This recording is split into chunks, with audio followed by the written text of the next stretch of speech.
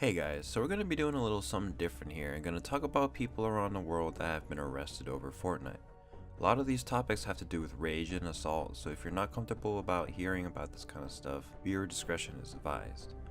Or would it be listening discretion is advised? Anyway, let's get to it. Number 5. Luke Monday was a 26-year-old popular Australian Fortnite streamer who is better known as Mr. Death Moth. That name alone sounds terrifying itself. Monday was arrested and charged with assaulting his wife after thousands of online viewers witnessed the apparent violent incident while he was live streaming. He accused of assaulting his wife, who is 4 months pregnant with his third child. In the video, she asks him to stop playing Fortnite to eat dinner when he leaves his chair and shouts back, "Stop, please!" What sounds like a slap that can be heard, and the woman begins crying. I'll show you guys the video here in a second, but think about this for a second. Your pregnant wife is making you dinner while you're playing Fortnite, and this is how he treats her in return. See ya, kid.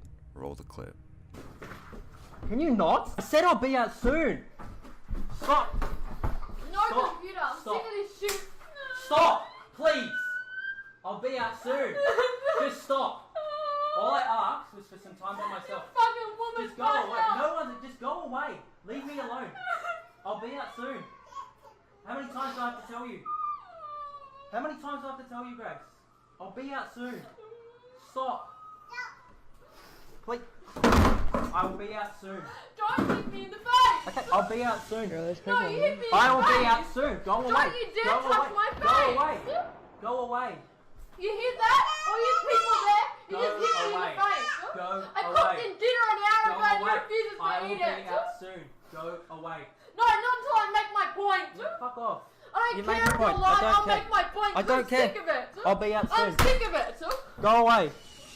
I will be out soon. Seriously, it's not Then you necessary. can say sorry for hitting me in the I will face. say sorry, but I'll come out and No, say you say sorry I will now. say sorry. You Go. say sorry now. Go away! Fuck! I'm dead. Leave me alone! Fucking hell, Grace! You bad women. No, I don't. Fuck off. Just leave me alone for 10 fucking minutes of your life, please. That's all I ask from you. Number 4. We're going to hit 24 birds here with one stone and call this number 4. 24 men were arrested in the state of New Jersey on September 26, 2018 in connection to luring kids and teens to get them to meet them from online games such as Fortnite, Minecraft, and Roblox. Interestingly enough, Richard Conte, a 47-year-old police sergeant of the Howell Police Department, acted as a 19-year-old male hoping to meet up with what he thought was a 15-year-old girl. Over the course of the long week investigation, the men ended up going to a house in Toms River where they thought they were going to meet the teen they just spent days luring.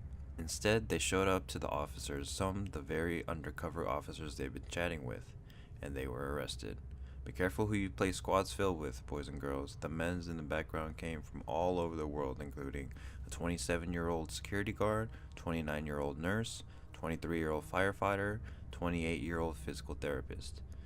A 47-year-old hotel manager, Thomas Blumensteel, was already a registered sex offender.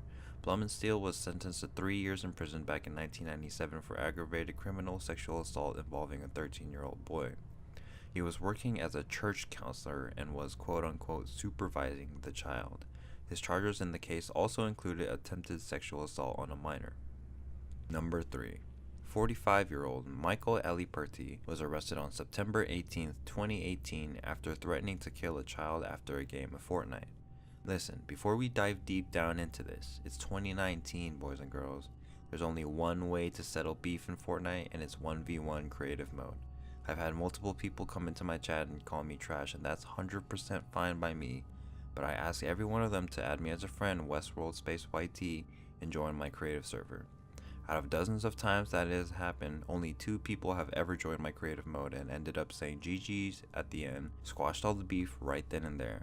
There's no need for threats, no need for real life guns, none of that. Just grab a pump and AR, do a couple take the L's here and there, and you're set. Ali Purti on the other case took this to a whole nother level. He was arrested approximately 1 a.m. local time after police received reports he'd sent threatening voice and text messages to a boy who won a battle royale match of Fortnite.